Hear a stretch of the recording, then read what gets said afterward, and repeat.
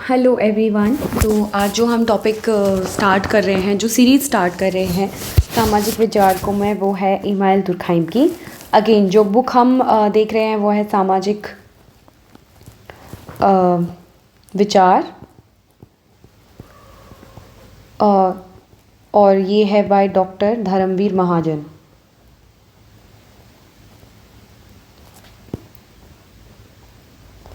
तो सामाजिक विचारकों में, सामाजिक विचार के अंदर, सोशल थॉट के अंदर जो हम अभी थिंकर करने जा रहे हैं वो है इमानुएल दुर्कheim।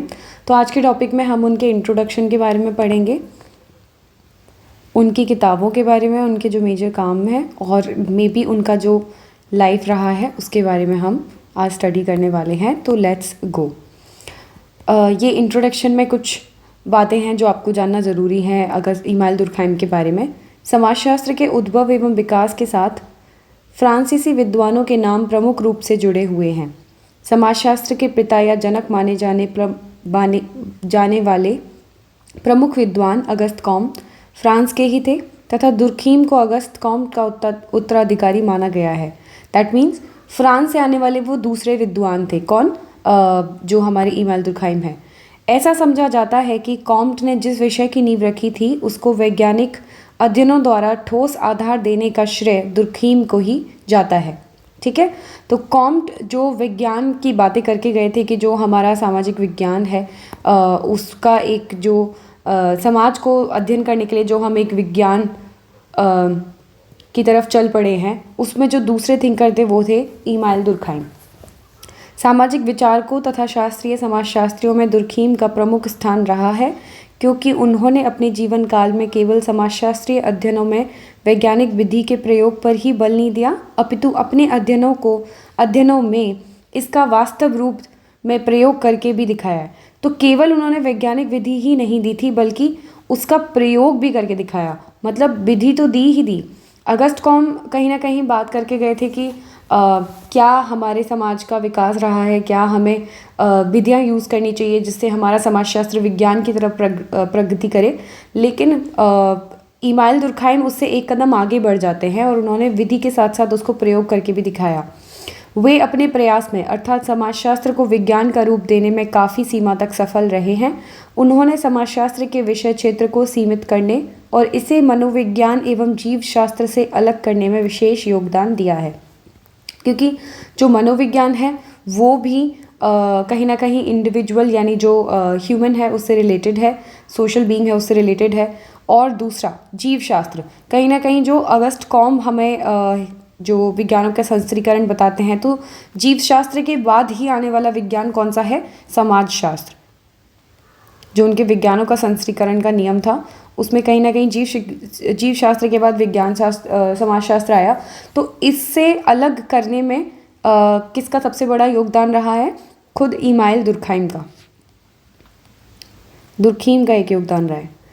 वे अपने समय के, वे मतलब इमानुएल दुर्कheim अपने समय के एक महान विचारक, दार्शनिक, शिक्षाशास्त्री और समाजशास्त्री थे, जिनके दर्शन पर आज अनेक समाजशास्त्री अपना कार्य करते हुए समाजशास्त्र को एक विज्ञान के रूप में निरंतर आगे बढ़ा रहे हैं। तो ये तो हुई इनकी प्रस्तावना यानी इंट्रोडक्शन की बात। तो अगर आप आंसर राइटिंग कर रहे हैं या फिर किसी भी कॉम्पिटिटिव एग्ज़ाम में भी अगर आप इमानुएल दुर्कheim को लिख रहे हैं, तो एटलीस्ट आपको इनके बारे में ये पता होना चाहिए कि किस विचार से ये आते हैं, है ना। उसके बाद आइए देखते हैं दुर्कheim का जीवन चित्रण। तो डेविड इमानुएल दुर्कheim, ये इनका पूरा नाम था। इनका जन्म 15 अप्रैल 1858 को ईस्वी में फ्रांस के एक सुप्रसिद्ध अपितु एक छोटे से कस्बे एपिनॉल में हुआ था। कई बार यूजीसी नेट में भी ये क्वेश्चन पूछ लिया जाता है मैच द फॉलोइंग में, कि इमानुएल दुर्कheim है और उसको मैच करिए कि उनका सिटी वो जिससे रिलेटेड थे। तो एपिनॉल आपको याद रखने की ज़रूरत है, जो कि वोसेज पहाड़ियों की तलहटी लॉरेंस प्रांत में स्थित है और तथा उत्तरी पूर्वी फ्रांस में है। तो ये कुछ उसकी जोग्राफिकल पोजीशन है, इसको आपको इतना ध्यान रखने की ज़रूरत नहीं है, लेकिन हाँ कंट्री आप हमेशा ध्यान रखें और ये कस्बा हमेशा ध्यान रखें। दुर्कheim के माता पिता यहूदी थे। बचपन से ही दुर्कheim होनहार व प्रतिभा संपन्न बालक थे तथा अपनी पढ़ाई के प्रारंभिक वर्षों में ही अपनी एक अध्यापिका, जो कि कैथोलिक धर्म की अनुयायी थी, उनसे काफ़ी प्रभावित हुए। अब प्रभाव बहुत ज़्यादा इम्पॉर्टेंट है हमारे समाजशास्त्रियों के लाइफ के बारे में जब भी हम कुछ भी लिख रहे हैं तो सबसे पहला तो उनके ऊपर एक कैथोलिक धार्मिक धर्म की अनुयायी जो कि उनकी अध्यापिका थी, उनका एक प्रभाव पड़ा। बचपन में ही दुर्खीम पर यहूदी और कैथोलिक धर्म का काफ़ी प्रभाव पड़ा। यहूदी खुद उनके कौन थे, पेरेंट्स यहूदी थे, वो खुद यहूदी थे, और कैथोलिक अगेन उनके टीचर्स कैथोलिक थे। ठीक है, तो जो उनके द्वारा लिखित नैतिक महत्ता के लेखों में स्पष्ट दिखा जा सकता है। तो कहीं ना कहीं आगे चल के जो वो लिखाई करते हैं उस पर भी ये प्रभाव आप देख सकते हैं। और इसीलिए कहीं ना कहीं जब भी हम समाजशास्त्रियों को पढ़ते हैं तो उनका जीवन चित्रण पढ़ना बहुत ही इंपॉर्टेंट हो जाता है। उनके विचार पर हर्बर्ट स्पेंसर के सामाजिक उद्विकास के बारे में विचारों का भी काफ़ी प्रभाव पड़ा। हर्बर्ट स्पेंसर हम लोग इस सीरीज़ को पूरा ख़त्म करके जब हम इमाइल दुर्खाइम को भी कर लेंगे, उसके बाद हम मैक्स वेबर को कर लेंगे, और उसके बाद हम पिट्रिम सोरोकिन को भी जब कर लेंगे तो हम एक टॉपिक ज़रूर करेंगे हर्बर्ट स्पेंसर पे, क्योंकि हर्बर्ट स्पेंसर के बिना ये जो जर्नी हम कर रहे हैं सामाजिक विचारकों की और क्लासिकल सामाजिक विचारकों की, वो थोड़ी सी अधूरी लगती है। लेकिन मैं आपको एक ब्रीफ में बता देती हूँ कि हर्बर्ट स्पेंसर जो थे वो सामाजिक उद्विकास की बात करते हैं, और ये चार्ल्स डार्विन से बहुत ज़्यादा प्रभावित थे, जिन्होंने basically survival of the fittest जैसी थ्योरी दी थी कि जो सबसे ज़्यादा फिट होता है वही सर्वाइव करता है। तो वहाँ उनका अगर समाज में उन्होंने जिसने रख कर देखा था उनकी थ्योरीज़ को, वो हर्बर्ट स्पेंसर थे। तो उनसे भी कहीं ना कहीं इमाइल दुर्खाइम जो थे वो बहुत प्रभावित थे। वास्तव में जब दुर्खीम केवल 12 वर्ष के थे तो फ्रांस और प्रशिया का 1870 ईस्वी में युद्ध हुआ, जिसमें फ्रांस की पराजय हुई और उसका नगर एपिनॉल प्रशिया के कब्जे में चला गया। उसका मतलब उनका है ना, इमाइल दुर्खाइम का जो सिटी है वो प्रशिया में चला गया, इसीलिए एपिनॉल थोड़ा इम्पॉर्टेंट भी नाम हो जाता है ना। बचपन से भोगी इस विदेशी अधीनता, राष्ट्रीय अपमान और फ्रांस के पतन ने दुर्खीम पर गहरा प्रभाव छोड़ा।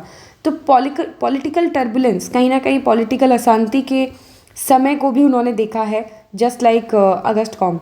वे जीवन पर्यंत राष्ट्र के पुनरुत्थान और समाज की नैतिक एकता के लिए वैज्ञानिक आधार खोजते रहे, और कहीं ना कहीं उनका भी ये मानना था कि कैसे हम समाज को फिर से उसका पुनरुत्थान कर सकें और समाज में एक एकता स्थापित हो सके। वह व्यक्ति जिसके भाग्य में एक महान प्रोफेसर के पद पर पहुंचना होता है, अपनी प्रारंभिक शिक्षा में ही अद्वितीय योग्यता का परिचय देने लगता है। बात हो रही है इमाइल दुर्खाइम की कि वे बचपन से ही बहुत ज़्यादा होनहार थे।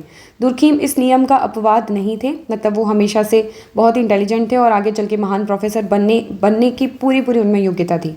उन्होंने अपनी प्रारंभिक व सेकेंडरी शिक्षा में काफ़ी सूझबूझ का परिचय दिया और अनेक पुरस्कार प्राप्त किए।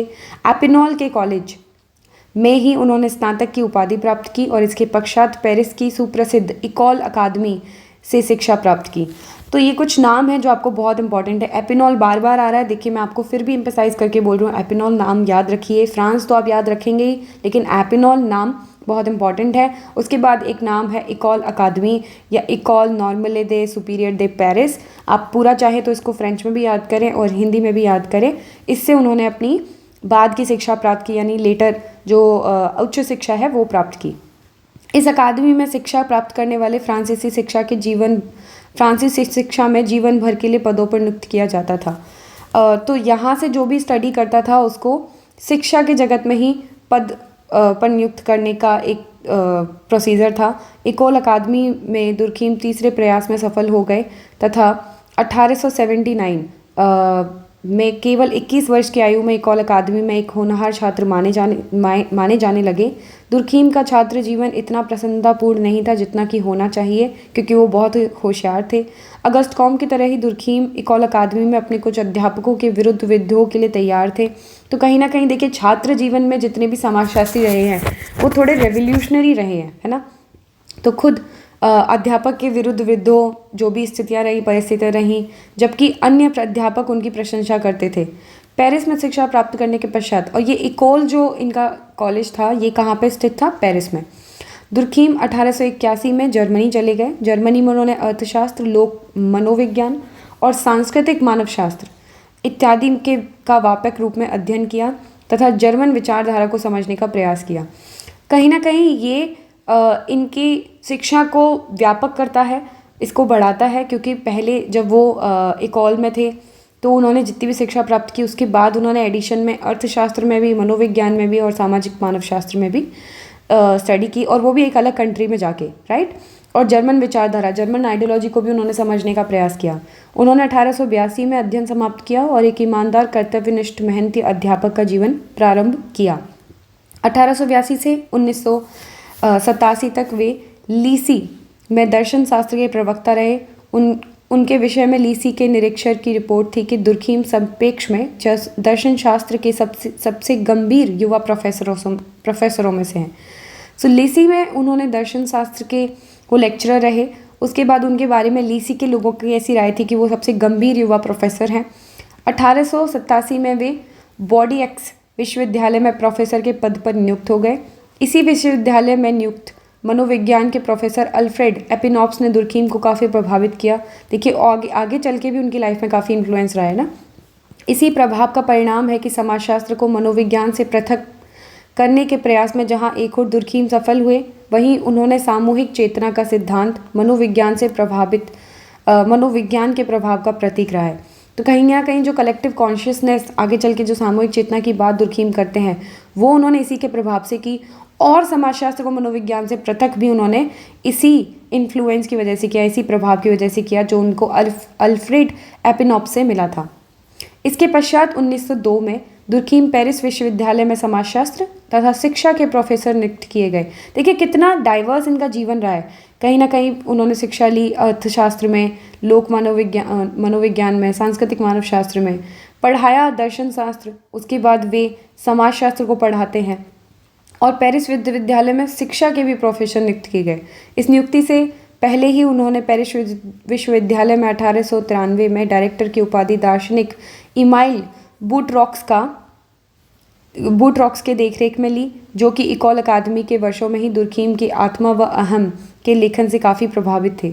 तो इनकी जो डॉक्टरेट की उपाधि हुई, जो इन्होंने पीएचडी करी थी, वो किसके अंडर में करी थी? एक दार्शनिक फिलोसोफर थे, इमाइल बूट्रॉक्स, राइट। और ये इन्होंने कहाँ से की? पेरिस विश्वविद्यालय से ही की। नियुक्ति देखिए, आपका भी कई बार होता है ना कि हमें बोला जाता है कि आप ग्रेजुएशन कर लीजिए, पोस्ट ग्रेजुएशन कर लीजिए और फिर पीएचडी कर लीजिए, बट आप जब बड़े बड़े विद्वानों को पढ़ते हैं तो लाइफ ऐसे नहीं रहती, एक कंपार्टमेंट में नहीं रहती। आपके पास आपको एक्सपीरियंस के आधार पर भी, अलग अलग जब आप पढ़ाई करते हैं उसके आधार पर भी आप अपना अध्ययन करते हैं, पढ़ाई करते हैं। तो डॉक्टरेट देखिए उन्होंने कितना लेट किया है, बट इट इज़ समथिंग जो उन्होंने बहुत ही इंटरेस्ट के साथ किया है और एक दार्शनिक के अंडर में किया, और जो कि इकॉल, जो खुद यानी जो इनके जो पीएचडी के सुपरवाइज़र रहे, वो खुद इकॉल के टाइम पे जब दुर्खीम इकॉल में थे तो उन्होंने जो आत्मा और अहम के लेखन के बारे में किया, वो उनसे प्रभावित थे। बूट्रॉक्स के विचारों और सिद्धांतों का दुर्खीम के लेखनों पर प्रभाव स्पष्ट रूप से देखा जा सकता है। दुर्खीम का यह कथन था कि सामाजिक तथ्यों की व्याख्या अन्य सामाजिक तथ्यों के द्वारा की जानी चाहिए। यह इसी बात का प्रतीक है। कहीं ना कहीं बूट्रॉक्स से उन्होंने ये जो अपना कंट्रीब्यूशन दिया है कि सामाजिक तथ्यों की व्याख्या अन्य सामाजिक तथ्यों के द्वारा की जानी चाहिए, ये इनके ऊपर बूट्रॉक्स के प्रभाव को दिखाता है। बूट्रॉक्स से प्रेरणा लेने पर ही दुर्खीम ने मॉन्टेस्क्यू पर थीसिस लिखा। बाद में अपनी पुस्तक द डिवीजन ऑफ लेबर भी उन्होंने इनको समर्पित की, अपने टीचर्स को ही उन्होंने समर्पित की है, the division of labour. Durkheim एक कुशल अध्यापक माने जाते रहे। उनके लेखन पूर्व नियोजित व अत्यंत स्पष्ट होते थे। उन दिनों फ्रांस में होनहार प्रोफेसरों को जर्मनी में गहन अध्ययन के लिए भेजने का प्रावधान था। तो फ्रांस के जो भी इंटेलिजेंट और होनहार प्रोफेसर थे वो जर्मनी भेजे जाते थे गहन अध्ययन के लिए। तो 1885 से 1886 के सत्र के दौरान दुर्खीम को भी जर्मनी के अनेक विश्वविद्यालयों में अध्ययन करने का अवसर मिला। वहाँ वे वुड जैसे मनोवैज्ञानिक, मार्बर्ग, लेप्जिंग जैसे विद्वानों के संपर्क में आए और उनके विचारों से अत्यंत प्रभावित हुए। दुर्खीम के पारिवारिक जीवन के बारे में दुर्भाग्यवश बहुत कम जानकारी है। बोर्डियोक्स विश्वविद्यालय में नियुक्ति के साथ 1887 में उनका विवाह हुआ। उनकी पत्नी का नाम लुइस ड्रेफेस था। उनके बच्चे, एक लड़का आंद्रे और लड़की कौन थी? मैरी। उनकी पत्नी ने उनको निरंतर अपना सहयोग दिया और सामान्यतः वह संपादकीय लेखनों के लिखने, प्रूफ पढ़ने और पत्राचार आदि में काफ़ी सहायता देती थी। दुर्खीम का जीवन एक संघर्ष में जीवन रहा क्योंकि वे समाज के न्याय संगठन तथा उन्नति को देखना चाहते थे। उनका सारा जीवन सामाजिक समस्याओं को सुलझाने के ढंग खोजने, नागरिक अधिकारों के शोषण के विरुद्ध आवाज़ उठाने तथा समाज सेवा और समाज सुधार में व्यतीत हो गया। संघर्ष में देखिए, हर प्रोफेसर का एक जीवन संघर्ष में होता है क्योंकि वो जो पढ़ाते हैं वो चाहते हैं कि ये जो आइडल स्टेट हम पढ़ा रहे हैं, जो भी आदर्श समाज का स्वरूप हम पढ़ा रहे हैं, वो एक दिन उनके सामने अचीव हो। तो कहीं ना कहीं इसी परिप्रेक्ष्य में उसको संघर्ष में बोला गया है। लेकिन उन्होंने जो अपना स्टडीज़ है वो बहुत ही अच्छे ढंग से की है। दुर्खीम के जीवन के अंतिम वर्ष ज़्यादा दुखदायी थे। जब 1914 में फ्रांस प्रथम विश्व युद्ध की ज्वालाओं से घिरा हुआ था तो इकॉल अकादमी में पढ़ रहे आधे से अधिक छात्र मारे गए, जिसके कारण दुर्खीम का मन काफ़ी दुखी हुआ। तो देखिए, अपने ही स्टूडेंट को आप ऐसे अगर वॉर्स यानी जो युद्ध होते हैं उनमें खो देते हैं तो काफ़ी आपको दुख महसूस होता है। 1915 में दुर्खीम के एकमात्र पुत्र आंद्रे भी गुजर गए, जो कि बल्गेरिया के अस्पताल में इलाज करवा रहे थे। आंद्रे भी फ्रांसीसी फौज में सेना अधिकारी के पद पर कार्यरत थे। देखिए कितना सैड है अपने ही बच्चे को खो देना, जो कि दुर्खीम ने अपने अंतिम ईयर्स में देखा। 1915 में उनके बेटे फौज में अधिकारी थे। दुर्खीम ने इस दुख को अपने तक सीमित रखने का प्रयास किया, यहाँ तक कि अपने दोस्तों से भी इस घटना के बारे में बात नहीं की। परंतु सदमा इतना अधिक था कि दिसंबर 1916 में भी बीमार हो गए और एक वर्ष के अंदर ही 15 नवंबर 1917 को उनकी मृत्यु हुई, जबकि वे केवल 58 वर्ष के थे। तो ये काफ़ी उनका जीवन परिचय रहा है। उनका इन्फ्लुएंस आपको पता होना चाहिए, उनकी स्टार्टिंग आपको पता होनी चाहिए, उनकी शिक्षण संस्थानों के बारे में आपको पता होना चाहिए, उनके जीवन के कुछ महत्वपूर्ण पहलुओं को भी आप जान सकते हैं। तो ये है। इसके अलावा दुर्खीम के जो प्रमुख ग्रंथ और कृतियाँ हैं वो भी हम एक बार देख लेते हैं। देखिए, प्रमुख ग्रंथ और कृतियाँ 1893 में उनकी जो बुक आई थी वो थी द डिवीजन ऑफ लेबर। ये फ्रेंच में लिखा गया है, दे ला डिवीजन ड्यू ट्रैवल सोशल, आप इंग्लिश में ही याद करें। उसके बाद इसके 2 वर्ष के पश्चात 1895 में उन्होंने लिखी थी the rules of sociological method, जिसमें वो धर्म के बारे में बात करते हैं। 1897 जो इसके 2 साल के बाद उन्होंने लिखा द सुसाइड के बारे में, आत्महत्या के बारे में। और 1912 में उन्होंने लिखा था the elementary forms of religious life. इस प्रकार दुर्खीम ने प्रथम 3 ग्रंथ केवल 5 वर्ष की अवधि में ही लिखे, जबकि इनका चतुर्थ ग्रंथ 15 वर्ष के बाद लिखा गया। 1858 में दुर्खीम ने ली एने सोशियोलॉजी क्यू नामक अनुसंधान पत्रिका प्रकाशित करना शुरू की। इनके द्वारा लिखे गए अनेक लेख जो कि इनकी अपनी पत्रिका में प्रकाशित हुए, उनकी मृत्यु के पश्चात पुनः प्रकाशित हुए, जो इस प्रकार हैं। अब इस जो इनकी जर्नल था ली एनी क्यू सोशियोलॉजी क्यू, उसमें उन्होंने कई सारे जो लेखन है उनका प्रकाशित किया था, जैसे education and sociology, sociology and philosophy, moral education, socialism and Saint Simon, professional ethics and civic morals, Montesquieu Rousseau and the forerunners of sociology, primitive classifications. तो ये सारी चीज़ें थी जो उन्होंने अपनी इस जर्नल में प्रकाशित किए थे, जो इनकी मृत्यु के बाद प्रकाशित हुए थे। दुर्खीम ने अपनी कृतियों में केवल फ्रांसीसी विचारों को ही प्रभावित नहीं किया, अपितु संसार के प्रत्येक देश के विचारों को भी प्रभावित किया। इनका अंग्रेजी में अनुवाद किया गया। इनका चतुर्थ ग्रंथ the elementary forms of religious life इनकी प्रमुख 4 पुस्तकों में यद्यपि अंतिम पुस्तक है, फिर भी इसका अंग्रेजी अनुवाद 1915 में सबसे पहले हुआ, जिससे इस पुस्तक की महत्ता व लोकप्रियता का पता चलता है। तो जो इन्होंने सारी किताबें लिखी थी, ऑब्वियसली अपने टाइम पे उन्होंने फ्रेंच लैंग्वेज में लिखी थी, लेकिन अनुवाद में ये थोड़ा सा उल्टा हो जाता है। तो अगर क्वेश्चन आता है कि अनुवाद किस तरह से किया गया, तो आपको पता होना चाहिए कि जो उनकी 1912 में पुस्तक आई थी, जो कि थी the elementary forms of religious life, उसका ट्रांसलेशन पहले हुआ है। उसके बाद नेक्स्ट जो हम टॉपिक करेंगे, जो हम कल की क्लास में करने वाले हैं, वो है दुर्खीम की समाजशास्त्र की अवधारणा क्या थी। आपको जानना चाहिए कि वो समाजशास्त्र को किस तरह से देखते हैं या किस तरह से वो एम करते हैं समाजशास्त्र को बनाने का। Till then take care, bye bye. अगर आपको कोई भी क्वेश्चन है तो आप कमेंट में पूछ सकते हैं। इस सीरीज़ पे मुझे पता है कि इतना सपोर्ट नहीं मिल रहा है मुझे, बट आई बिलीव कि मैं एज अ सोशोलॉजिस्ट इसको कंटिन्यू रखना चाहूँगी, क्योंकि कहीं ना कहीं जो हिंदी मीडियम के विद्यार्थी रहे हैं उनको ऑथेंटिक बुक से समाजशास्त्र पढ़ना बहुत इम्पॉर्टेंट है। मैंने इसका इम्पोर्टेंस फील किया है अपने जीवन काल में। तो आगे हम इस सीरीज़ को कंटिन्यू रखेंगे एंड नेक्स्ट टॉपिक हम लोग कल करेंगे। Thank you so much, take care, bye bye.